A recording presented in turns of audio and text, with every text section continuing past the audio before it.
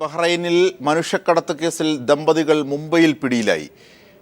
അബ്ദുൽ നാസർ, ഭാര്യ ഷാജിദ എന്നിവരാണ് പിടിയിലായത്. അതേസമയം പെൺവാണിഭ കേസിൽ കൊച്ചിയിൽ സൈബർ ക്രൈം പോലീസ് 5 പേരെ പിടികൂടി. വിവരങ്ങളുമായി ഇപ്പോൾ ജീവൻ കുമാർ ഞങ്ങളുടെ പ്രതിനിധി ചേരുകയാണ്. ജീവൻ, എന്തൊക്കെയാണ് വിശദാംശങ്ങൾ?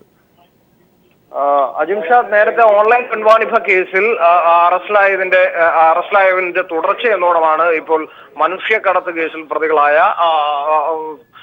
പ്രതികൾ ഇപ്പോൾ പോലീസ് അറസ്റ്റ് ചെയ്തിരിക്കുന്നത്.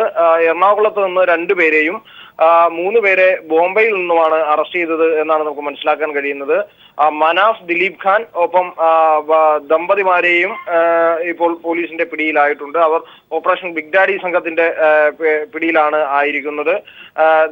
ബഹ്റിനിലേക്ക് ആളുകളെ കയറ്റി അയക്കുന്ന ബഹ്റിനിലെ പെൺവാണിഭ കേന്ദ്രത്തിന്റെ നടത്തിപ്പുകാരനായ വ്യക്തിയാണ് അറസ്റ്റിലായിരിക്കുന്ന ഒരാൾ.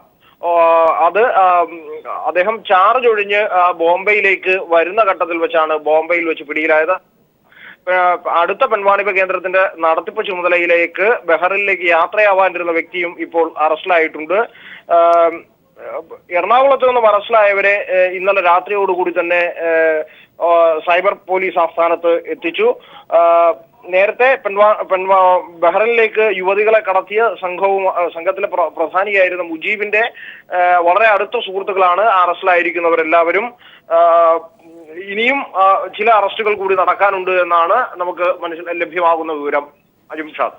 ശരി, ജീവൻ കുമാറാണ് വിവരങ്ങൾ നൽകിയത്.